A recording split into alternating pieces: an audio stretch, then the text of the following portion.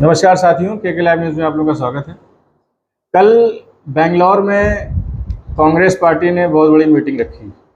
Meeting UPA की थी। असल में बहुत बड़ा बदलाव कल हुआ है। कल कांग्रेस और उसके घटक दल, जितने भी छोटे छोटे दल हैं, उन लोगों ने मिलकर यूपीए का नाम बदलकर इंडिया रख दिया है। तो कल सभी नेताओं ने ये कहा कि अब इंडिया बीजेपी को हराएगा।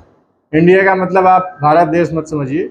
यूपीए के घटक दल ने मिलके इंडिया का एक कल आविष्कार किया है, इंडिया शब्द का, कि इंडिया अब लड़ेगी। तो इंडिया को आप लोग भारत देश मत समझिएगा, ये इंडिया अलग इंडिया है, दूसरा इंडिया है।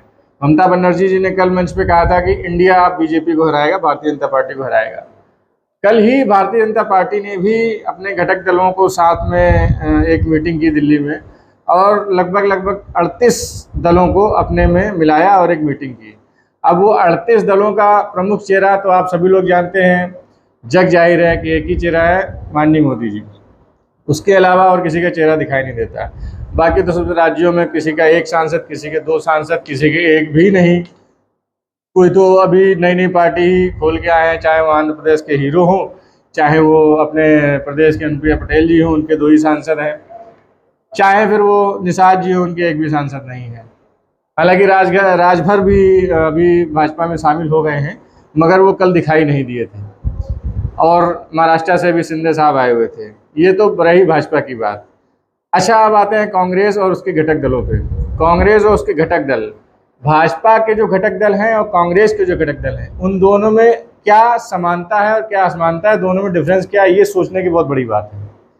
भाजपा के जो घटक दल हैं वो बहुत ही छोटे छोटे घटक दल हैं, बहुत बड़े नहीं हैं। और जो कांग्रेस के साथ जो घटक दल हैं, जिसको इंडिया कहा गया है, उनमें सभी अपने अपने राज्य के सूरमा हैं और सभी अपने अपने राज्य के बहुत ही बड़े राजनीतिक दल हैं। जैसे कि बिहार में आरजेडी को ले लीजिए, बिहार में नीतीश कुमार की पार्टी को ले लीजिए, उत्तर प्रदेश में अखिलेश यादव को ले लीजिए। उत्तर प्रदेश में हालांकि मायावती एक ऐसी पार्टी, मायावती की पार्टी जो बसपा पार्टी, वो एक ऐसी पार्टी है जिन्होंने अभी तक ना तो भाजपा में शामिल हुई हैं, ना ही कांग्रेस में शामिल हुई हैं, मगर अंडरस्टूड है कि वो किस में शामिल हुई हैं। सभी लोग जानते हैं कि वो भाजपा को कैसे सपोर्ट करती हैं।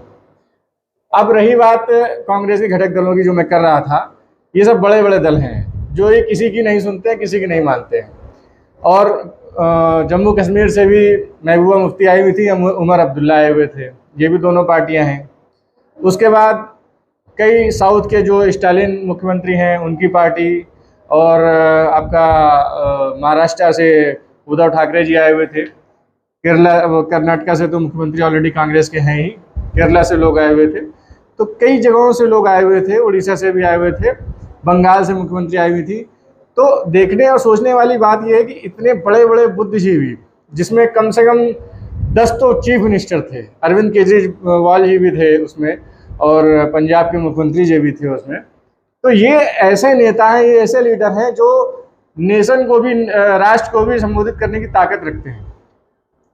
कुल मिला के कल खड़गे जी ने ये कहा भी कि कांग्रेस पार्टी अपना आदमी, अपना उम्मीदवार, अपना प्रधानमंत्री नहीं बनाना चाहती है। ऐसा कुछ वो नहीं है, वो जो समय बताएगा, वक्त बताएगा। अभी हम सिर्फ इसलिए इकट्ठा हुए हैं कि भाजपा को कैसे हराना है, और देश में गुलामी जो आने वाली है, जो आ रही है, जो आने की संभावना है कांग्रेस के अनुसार, तो उसको कैसे हटाया जाए, इस चीज़ को कैसे ख़त्म किया जाए। तो कुल मिला के चुनावी समर का बिगुल दोस्तों बच चुका है। 2024 आने में ज़्यादा टाइम नहीं है, और 6-7 महीने, 8 महीने के अंदर चुनाव हो जाएगा। तो इन 6-7-8 महीनों में राजनीति किस करवट, कौन सी करवट लेती है, किस करवट जाती है, क्या होता है, एक बात तो साफ है, एक मुद्दा तो साफ है कि सभी पार्टियां मिलके भारतीय जनता पार्टी को हराना चाहती हैं। नहीं, सभी पार्टियां मिलके भारतीय जनता पार्टी को नहीं हराना चाहती, सभी पार्टियां मिलके सिर्फ और सिर्फ मोदी को हराना चाहती हैं। ये बात तो क्लियर हो गई है कि मोदी का जो विज़न है और मोदी के जो घटक दल हैं, उनमें से चेहरा किसी का नहीं है, और सिर्फ मोदी का ही चेहरा है।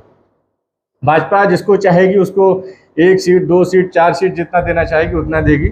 बाकी पूरे देश में अपने दम पे ही लड़ेगी, अपने दम पे ही जीतने की कोशिश करेगी। अब आती है बात कांग्रेस की। जो इंडिया बनाई है कांग्रेस ने, उसमें कल जो इंडिया का शब्द निकला और निकल के आया, उसमें सभी उनके जो घटक दल हैं, सभी ने अपना अपना नाम लेने की कोशिश की। कोई कह रहा है अरविंद केजरीवाल जी ने इंडिया नाम दिया, कोई कहता है कि ममता बनर्जी जी ने दिया इंडिया नाम, कोई कहता है कि तमिलनाडु के मुख्यमंत्री ने दिया। तो अभी नामकरण जो हुआ है दल का, नामकरण में ही इतनी बातें निकल के आ रही हैं मीडिया के थ्रू कि कोई कुछ कह रहा है, कोई कुछ कह रहा है। तो आगे देखना है कि 6 महीने तक ये जो गुट मिले हैं, ये जो संगठन मिले हैं, कितना सरवाइव कर पाएंगे और कितना साथ चल पाएंगे। क्यों?